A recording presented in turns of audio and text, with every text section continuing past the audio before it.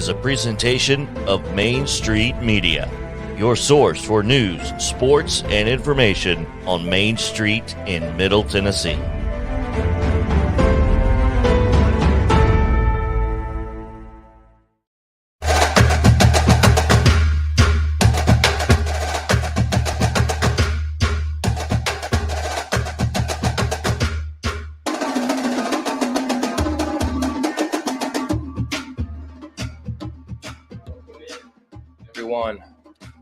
As we hear the sound, the sweet buttery sound of my voice beginning to emanate through your speakers. I'm Tyler Palmateer. Welcome back to Main Street Preps this week, week 10.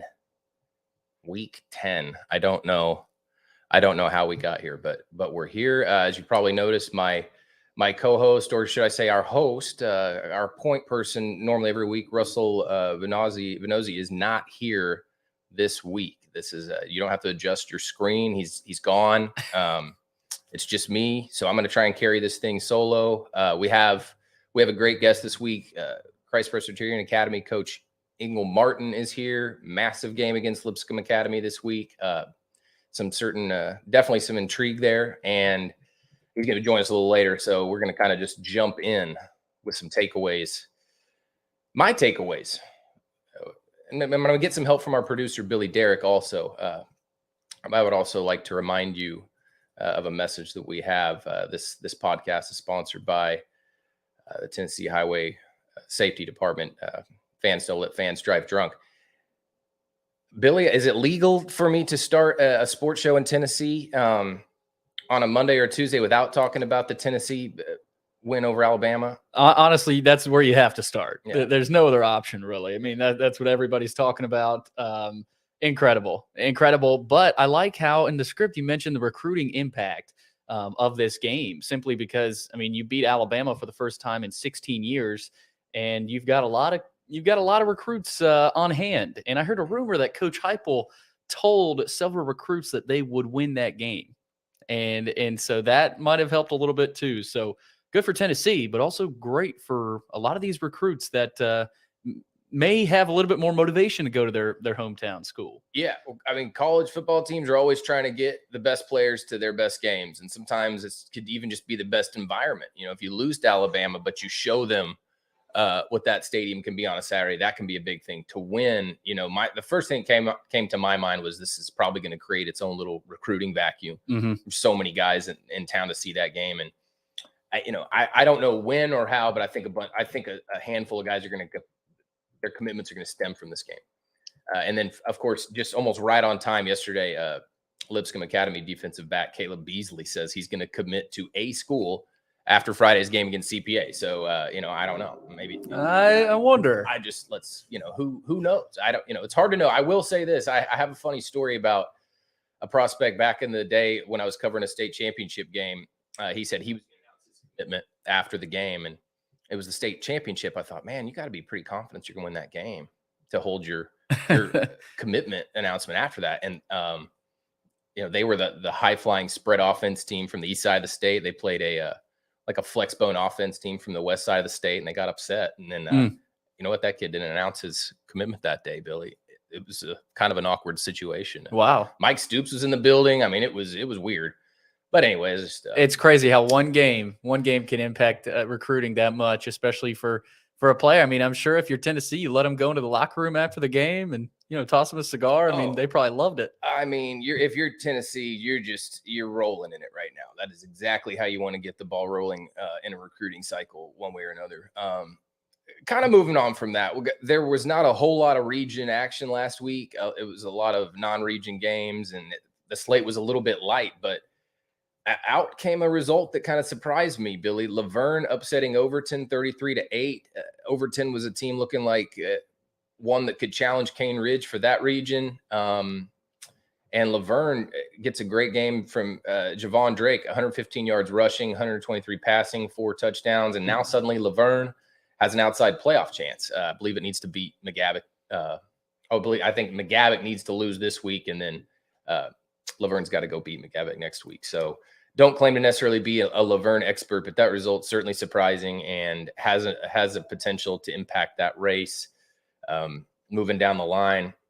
another big region game last week. I guess if we're talking about takeaways, Pearl Cone won its region last week by beating Greenbrier. And it's almost like essentially Pearl Cone has clinched that region with special teams. Javion Kennard returned a punt 93 yards for a touchdown last week. And of course, against Marshall County, a huge comeback there for Pearl Cone. Darius Reed picked up a blocked field goal and ran 70 yards for a touchdown. So just, you don't see a whole lot of teams that lean so heavily on special teams, Billy, to get wins like that. Normally you hand it to a running back or something, but Pearl Cone is never low on the entertainment factor. Yeah, I've heard that game was crazy. That from a few sources. Which one? Well, Pearl Greenbrier was crazy, but so was Overton Laverne there for most of that game. Okay, yeah. But I mean, think about Metro, Overton, and Pearl are teams that we've seen play really well at times, but we've also seen some slip ups from them. So Metro has been a little bit of a kind of a roller coaster ride of emotions this year. But I think for the most part, it's been really impressive to see what they've been able to do. I mean, beating a team on the road like Greenbrier, that's pretty impressive from Pearl Cone's perspective. And like you said, a little surprising to see a special teams a dominant win for Pearl Cone. But hey, you got to do whatever you got to do to beat a team on the road like that. So give credit to Pearl. That was impressive. No doubt. And we should probably, just as we're talking about Metro, just remind everybody how good East Nashville's been.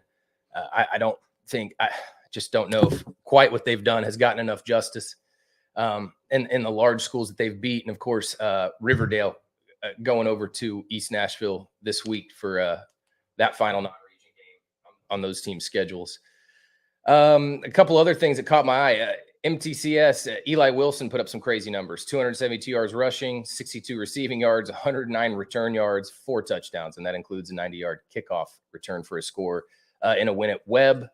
MTCS and Friendship Christian now set for what's probably going to be a region title game in week 11. That should be a great one. Billy, a couple other things I was sort of thinking about as I was putting together my thoughts on last week. I had to include one that was sort of something that stood out to me at Davidson Academy. And that was during a Davidson Academy punt, I noticed a very large human being trotting out there to punt the football. And it was what a story that is. And in fact, it was the 6'3", 310-pound defensive tackle Glenn Seabrooks from Davidson Academy. So sometimes when you're at these games, this is just maybe like, let's call it like a little inside baseball, what sports writers do.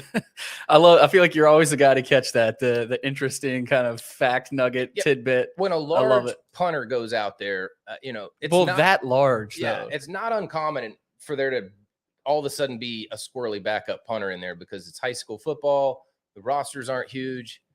You're generally not going too deep on your punter depth chart, if there even is one. So it's not that uncommon. But what you don't see is that job get handed over to a big defensive tackle. But then I said, so okay, I'm going to ask Jonathan Quinn about this after the game. Let's figure out. This will be a side piece. This will be a side story.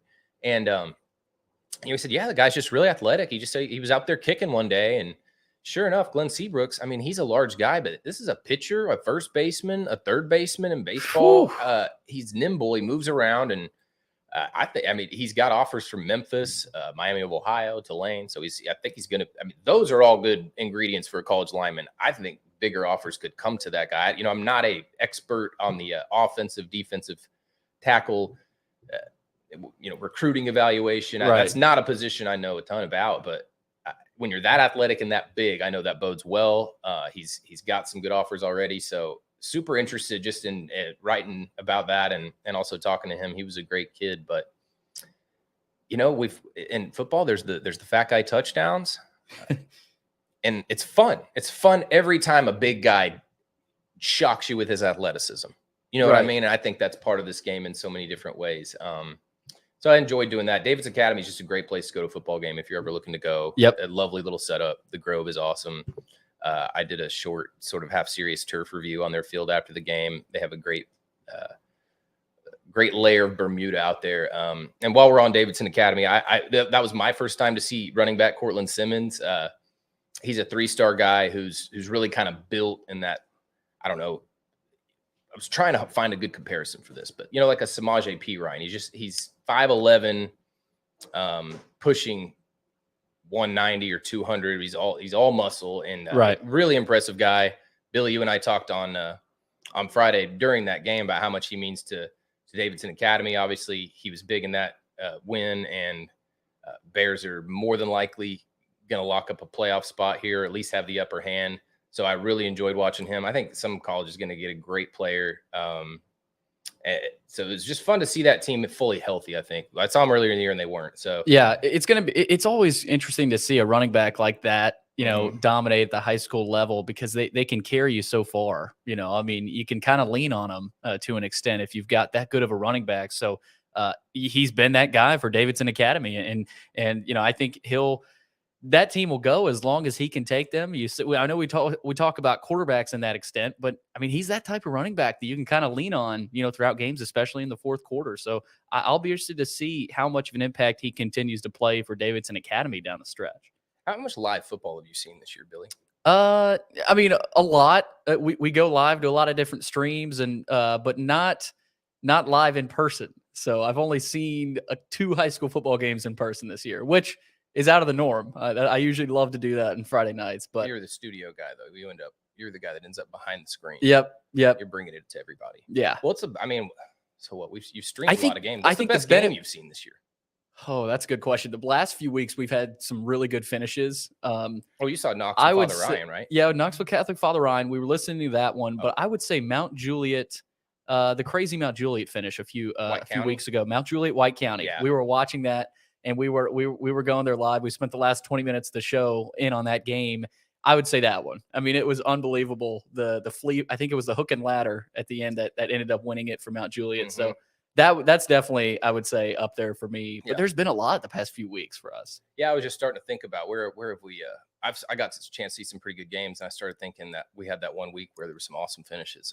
The Henry County Springfield, FRA, CPA, and that's kind of the added benefit of being in studio. You get to, it's like high school football red zone channel. You kind of operate it. Sometimes, as opposed to in person, you see what's going on, but it's like, oh, what's happening everywhere else? Right. And sometimes our heads are down until about midnight. And then all of a sudden I'm like, wow, Henry County beat Springfield on the Philly special. Like what? You got to go back. And that's sort of sometimes what the gig is. But let's keep it rolling here, Billy. We're gonna go to a quick break, 30 seconds from the Tennessee Highway Safety Office, and we're gonna come back with CPA coach Ingle Martin.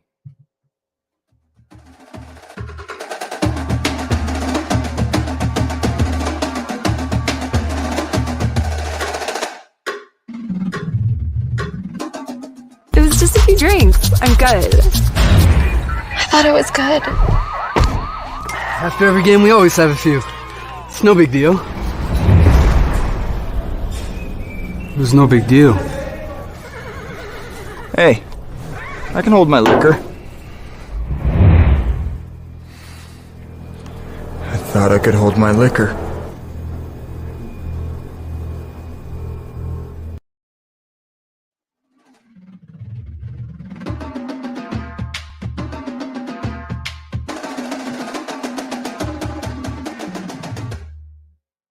Welcome back in, everybody. We have an awesome guest coming up.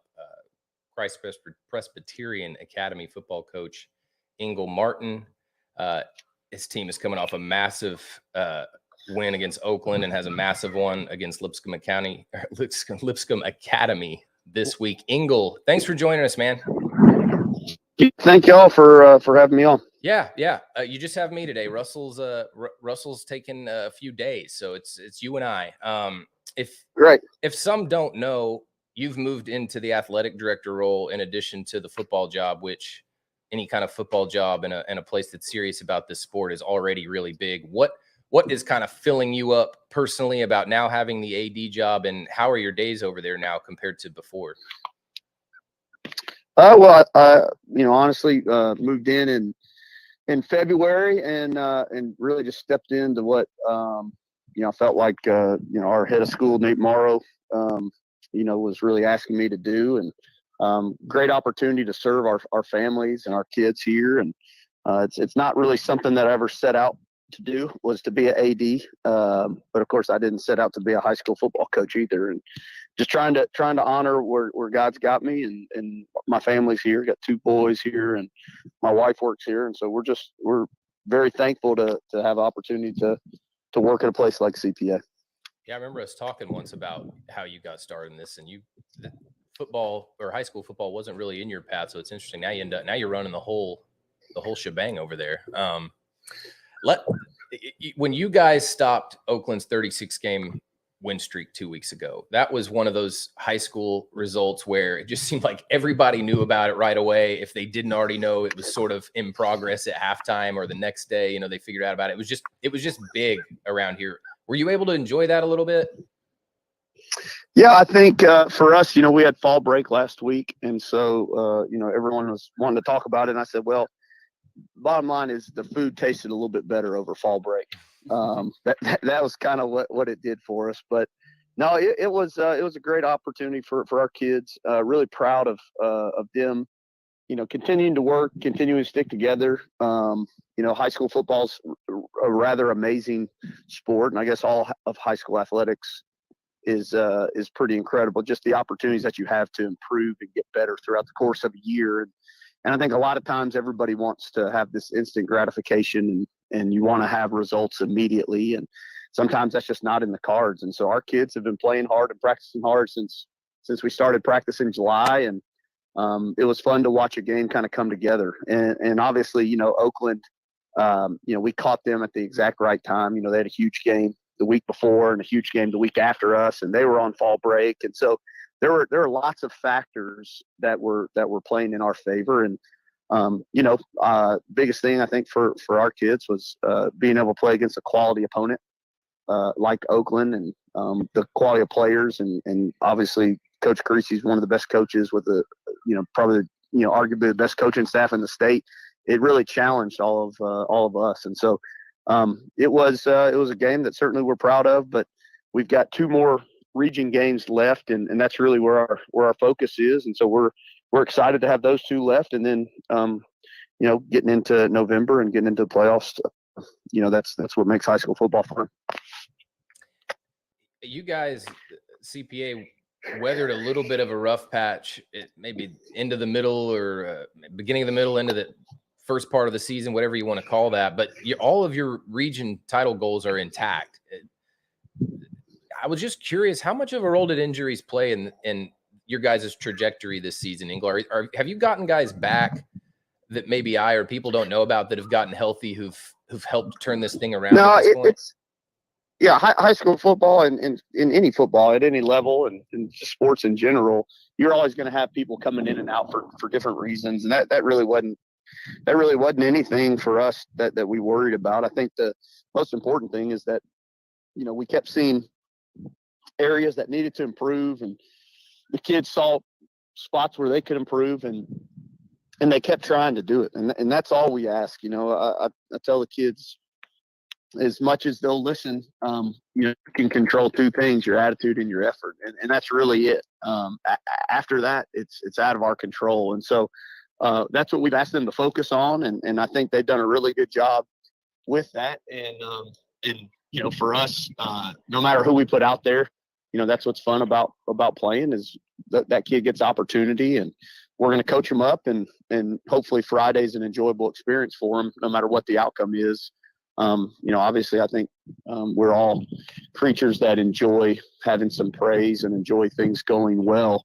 But I think that's in high school and really at any level of athletics, that's the opportunity to teach, and what adversity I think gives us is truly a gift if you're able to look at it that way. And so I think our kids, again, for 15 to 18-year-olds, they've handled this season as well as they could. They played against some of the best teams in the state, and gotten to learn and gotten to grow, and really excited about our last 2 weeks of the regular season. Asher Keck is a guy who 169 of your 173 yards rushing against Oakland. Also Cruz Law, a couple rushing touchdowns in there too. Do you feel better about, or good? Running the ball has been something you guys have done well a lot of, and I mean, it looks like it's starting to come around at the right time. Do you feel like that's the case?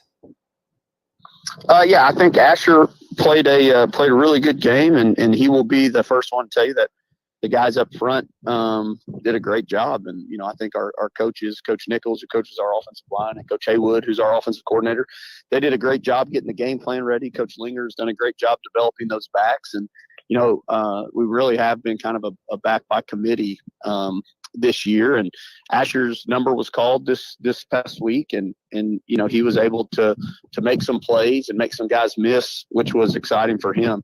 But I think we're always going to try to run the football. That's kind of what we want to do, and obviously with some great receivers and tight ends in London, Humphreys, and Bo Burklow, and Andre Evans has had a great year, and Trey Brown, and we've had a lot of kids step up that on the perimeter that give us opportunity to put the ball in the air some. So I think our running game goes hand in hand with our passing game, and hopefully, this week we take another step in improving the way that those two work together.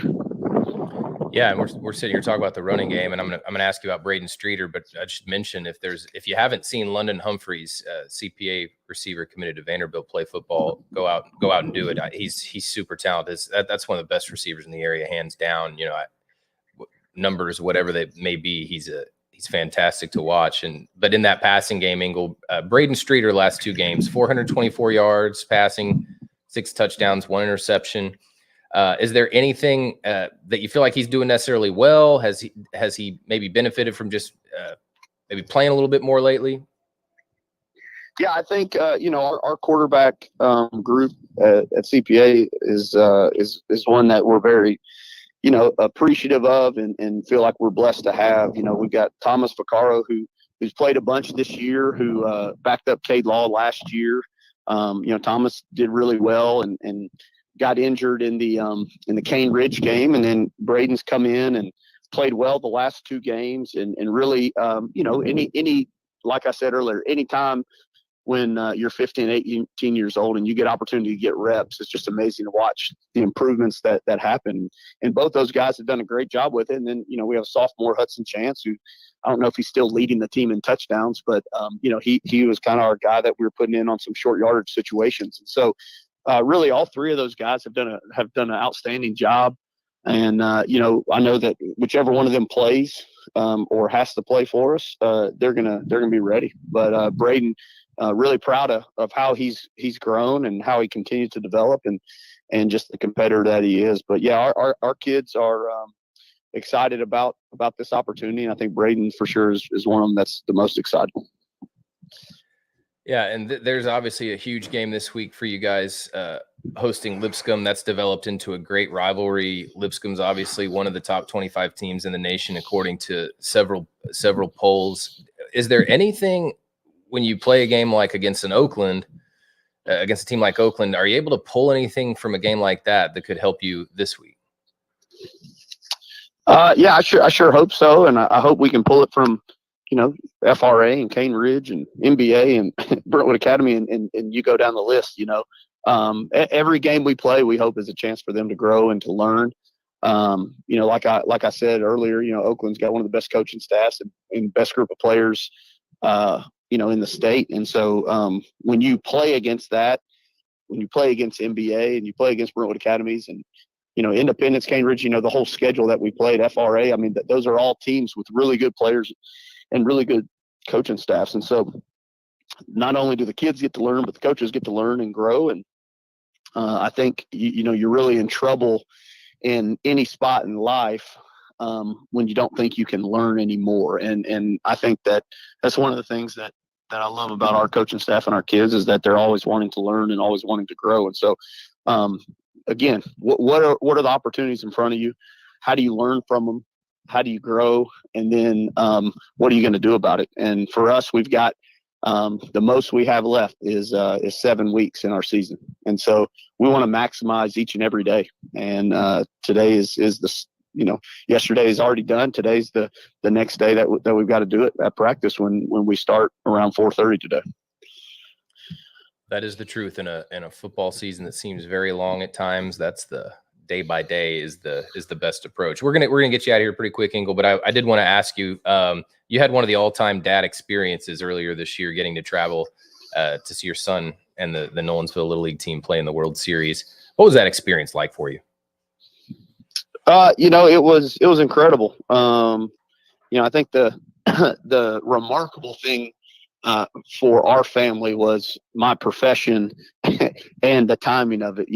That's what people want to ask me about it. I think more than anybody, is just because we're in a family where my wife was a coach, I'm a coach. Football season's teeing off, and then our 12-year-old is doing something that is a once in a lifetime type of deal, and we all recognized it that way, and I'm really, really thankful. I work at a place that supported me, and our head of school, Nate Morrow, basically said, you don't have a choice, you got to go up there. And so when that happens, and all my coaches that coach with me are saying, we got you, go enjoy it, have fun. I think that was really freeing for me to get up there and just be a dad. And that was the cool part, was to go up there and be with a bunch of 12-year-olds, be with those boys that are becoming men, but this is kind of their last taste of childhood. And really it's a special place because all those kids are playing because they truly love it. None of them are thinking about college scholarships or accolades. They all are just playing the game. And Randy Huth and Mark Carter and Evan Satinoff, the three guys that coached our boys, they did a really good job of trying to really balance what that's like, because you are in a super super competitive, super largely worldwide important opportunity, but you're with a bunch of boys. And so Randy, I know, has done it a long time, but it's just a struggle. It's just like it is in high school. You've got these kids who are trying to live in an adult world. And I think that was the part that was really fun to watch, was those boys handling that. Our son really grew up a lot, being on his own. I think he slept in his bed between regions and the World Series one night out of 26 in August. And so that right there in and of itself for us was a growing opportunity, but really a special moment. If you hadn't been to Williamsport, put it on your list. It's that special. It's that unique, and it's really fun to watch kids play a game for the love of it. Yeah, let's keep the kids for a while. We got enough adults in this world at the time being. They can enjoy that. But Ingle, thanks so much for joining us, man, and best of luck to you guys for the rest of the season. Those of you out there who don't know, huge game between CPA and Lipscomb this week. Ingle, thanks again. We'll catch you down the road. Yeah, man. Thank y'all so much. And if y'all ever need anything down the road, please let us know. Appreciate all you do for high school football in the mid-state. Absolutely happy to. Same here, Ingle. We're going to take a quick break. We're going to hear from the Tennessee Highway Safety Office, and then we're going to come right back.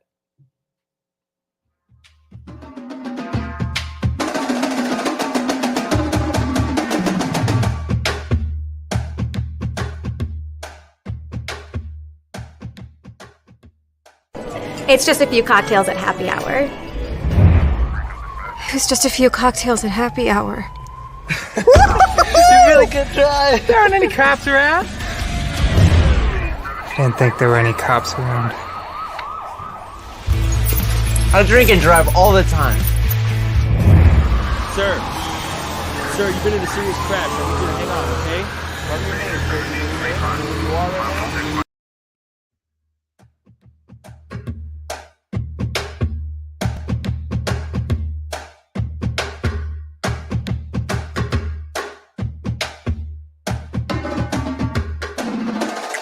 All right, we are back. Main Street Preps this week. We're going to finish it off strong here. We're short on time, but we're gonna breeze through these picks. Some good games this week. Certainly a lot of good region action next week. But let's start with a big one: Baylor at Montgomery Bell Academy. This one's for the D2 AAA East Middle Championship. NBA's unbeaten records on the line. Billy, I'm just going to have a hard time betting against Marcel Reed the rest of the season. I'm just going to say it. And in fact, I'm just not. I'm just going to say it right now. I'm not going to pick against NBA the rest of the year. Yeah, I mean, every time I think NBA may slip up, they pull away in the fourth quarter against whoever they're playing, and they continue their dominance. So that's just a well-built situation over there right now. Yeah. So I got NBA 28-17 over Baylor. It's NBA's homecoming. This one is of our picks is the only Thursday game. So a little opportunity if you're busy Friday to go see this one. Brentwood Academy at Endsworth. An Endsworth win clinches the region title as Endsworth owns tiebreakers over MUS and Brentwood Academy already. BA would have to wait 1 week to clinch should they win because the game they end with MUS. So that could be an interesting finish there too if that's what happens. But it's gonna be fun to watch. I agree. And there's late October, few places better to be than over in Endsworth and at their campus. And that. Have you ever been out there, Tyler? Yeah, I've been out for a couple games. I went out over the summer and talked to John Klinsman, the guy who cuts their grass and keeps up the grounds. They have their field is one of the I should say most unique football fields I've ever seen because of the length of the grass. I've never seen anybody cut it down that short, but I guess the story being Rock Batten, the football coach, went to John John went to him and said, you just tell me what I could do to help you. And he said he wanted the grass short for speed. So it's the shortest grass turf field I've ever seen. Anyways, another big one, Brentwood at Beach. Brentwood has really been kind of the Iowa of the Region 7-6A. It's very much a lot of Big Ten scores in that, but I like what the Bruins do. They were able to get it done with defense. They only allow 12 points per game. Beach has, I'm ready to call it the best ground attack in Nashville, averaging 281 yards rushing a game as a team. Bucks have 3 400-yard rushers for the season in Caden Thiemann, JP Courtney, and Darius Johnson. I'm leaning toward the run game as the decision maker. I've got Beach 17-14 over Brentwood. What do you think, Billy? Am I 3-0? I think you're 3-0 at this point. I like the score output because the Brentwood Iowa comparison that's perfect. So they've been able to ugly up games and kind of muddy it up. So I think if they can do that against Beach, maybe Brentwood, but I do still like that pick. Beach has been impressive. Yeah, if you can run the ball at home, that's sort of that was the coin flip for me. Last one, certainly not least, Lipscomb Academy at CPA. Lipscomb can clinch the region with a victory. Win for CPA keeps Ingle Martin's team in the hunt for a region championship. This didn't look like that competitive a game a few weeks ago. Admittedly, I think some of us were maybe a little down on CPA after a couple of those results. But if you beat the two-time defending 6A champion, you deserve another or a third or a fourth look from us. So beating Oakland was something Lipscomb didn't even do last year on its way to a state championship. So, and you can bet on his CPA and Ingle Martin. They're going to be ready to play Friday night. I don't know that they win the game, but they're going to put it all out there. One of the last 2 games of their season, chance to compete for a title. So there's a lot of good games this week, and that's one of them. Yeah, place is going to be nuts over there. Yeah, it's going to be a great environment. I would expect both. I think Lipscomb will travel and fill all those stands up. CPA obviously will.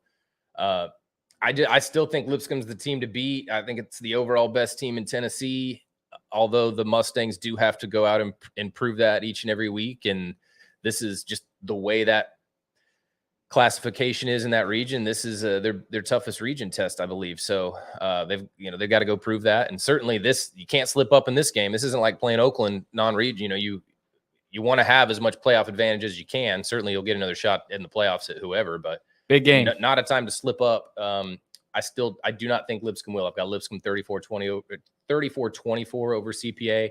I think it could be a really good game. So, we'll see. We're close to the end of football here, Billy. And as we speak, the volleyball state tournament is rolling on in Murfreesboro at several sites. We're going to have coverage, scores and roundups in the first couple of days, and we'll have championship game coverage on Thursday and Friday for those classes. Girls soccer is whittling its playoffs down to a state tournament field. That'll be a field itself by the end of the week. And this is one of the busier times in sports in general. People, you got baseball, football, coming NBA down, starting to pick up down the home stretch. Yeah, we're starting to reach that pivotal little area of sports where everything happens at once. So we hope you will keep checking out mainstreetpreps.com for all the mid-state area high school sports coverage that we provide. There's a ton of content on there. You can browse for a long time and learn a lot and become a lot more informed on what's going on in the area. And I'd like to remind you that this podcast is sponsored by the Tennessee Highway Safety Office. Fans don't let fans drive drunk. I'm Tyler Palmateer. Russell Venozzi will be back joining me next week. You heard Billy Derrick, our producer. We'll see you next time.